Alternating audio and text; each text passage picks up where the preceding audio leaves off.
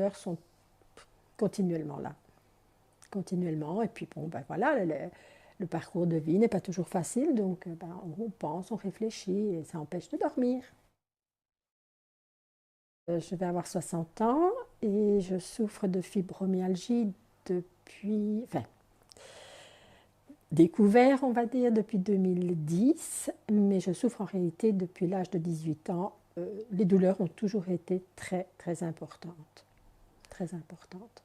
Des douleurs, elles peuvent être dans la jambe, dans le bras, dans l'épaule, mais ce qui est assez étrange, c'est que quand je suis en grosse crise, même mes cheveux, chaque cheveu, j'ai l'impression que je les sens. J'ai des pics sur mon crâne. Je sens beaucoup de picotements dans les doigts. Mes doigts sont bloqués par moments. Donc c'est vraiment, ça varie. Mais je ne peux pas dire où j'ai mal principalement. Ça va partout. J'ai vraiment par moments de très grosses crises quand je suis fort fatiguée, quand j'ai un choc psychologique, émotionnel. Ça, à ce moment-là, oui, j'ai vraiment de grosses crises. Quand j'ai quelque chose qui me touche, là, ça part dans des douleurs, mais alors là, c'est partout. Il m'arrive de prendre des opioïdes, mais vraiment en cas de grosse crise, pour ne plus rentrer dans le cercle vicieux des effets secondaires. Je perds énormément la mémoire, j'oublie si je ne note pas, même en notant, ça m'arrive d'oublier.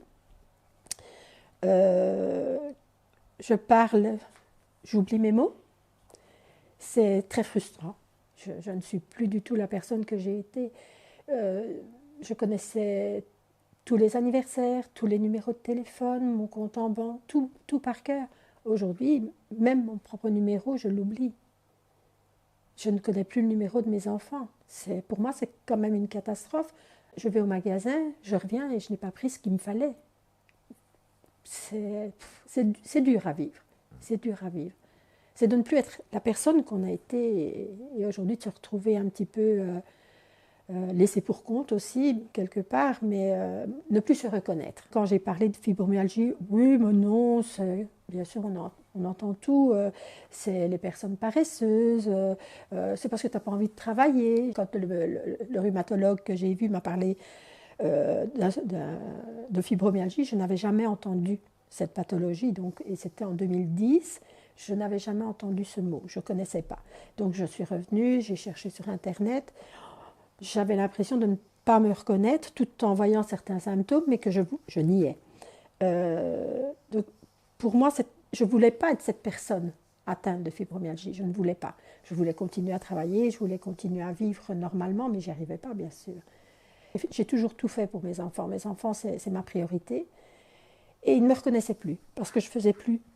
Je n'étais plus là pour eux comme avant. Je ne réagissais plus de la même façon.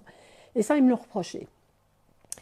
Et j'ai, à l'époque, acheté le petit guide pour tous de l'association. Et je leur ai dit, voilà, je le mets sur la table du salon. Vous voulez le lire, vous le lisez. Si vous ne voulez pas, ce n'est pas grave. Mais au moins, si vous le lisez un petit peu, vous comprendrez ce que je vis. Et allez, au fur et à mesure, je veux dire, les enfants ont quand même regardé un petit peu ce livre. Je sais que ma fille a une collègue toute jeune qui souffre de fibromyalgie et je pense que grâce à ça, elle a un petit peu mieux compris ma situation. Donc au bout de quelques années, je dois dire que mes enfants ont été formidables, vraiment à l'écoute.